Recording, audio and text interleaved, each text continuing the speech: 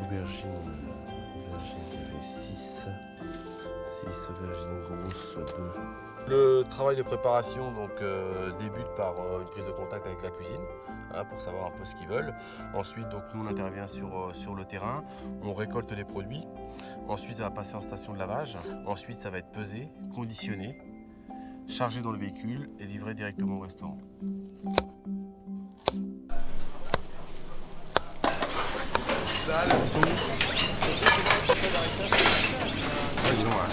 Chef, il y a un champ entier au jardin. Tu pars mes assiettes?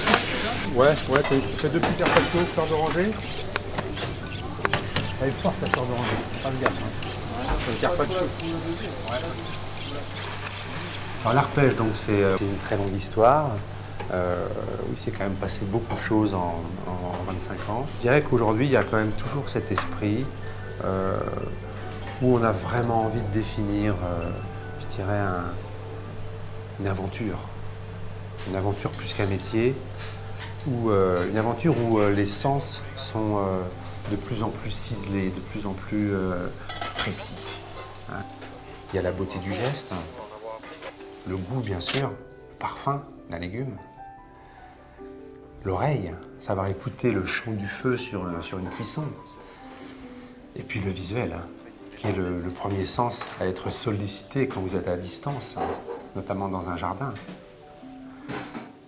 Donc j'ai ouvert l'arpège en 86, en octobre 86.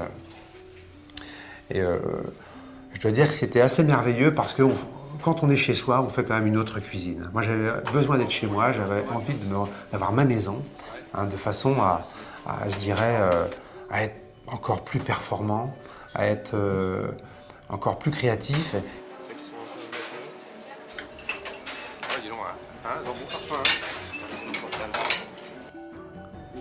À l'arpège, il n'y a pas de recette. Il y a des façons de faire. Il y a des manières d'approcher un produit. Il y a une manière de le regarder. On ne prend aucune note. D'une année sur l'autre, on a un cahier de cuisine totalement nouveau. Parce que chez nous, il y a un rythme qui est très soutenu. Comme on suit le jardin, on repart à zéro. J'aime cette notion de se déstabiliser totalement, de façon à retrouver un ancrage. Donc si vous voulez, j'ai déjà une confiance assez forte dans la mesure où je sais que mes collaboratrices, mes collaborateurs ne vont pas faire d'erreur dans les accords.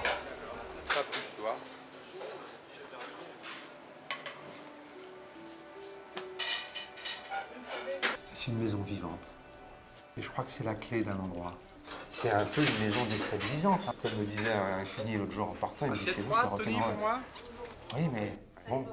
Ça veut tout dire, il m'a fait le plus beau des compliments. Il y a très peu de choses d'établies, il y a très peu de choses de définies. C'est toujours comme ça un petit peu. J'aime cette notion où on parvient justement à surprendre par rapport à cette créativité.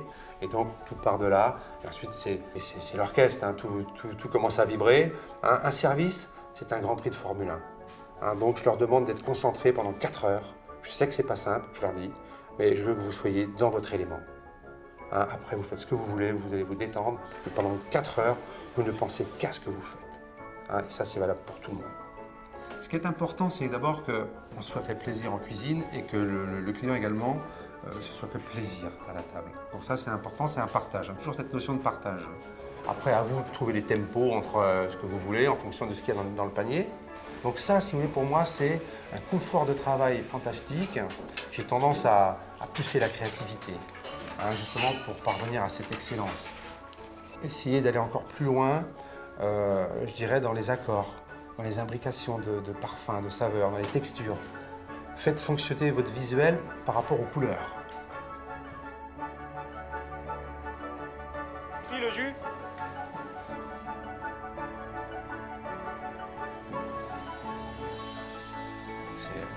C'est une grande famille, mais je dirais qu'on regarde tous dans le même sens.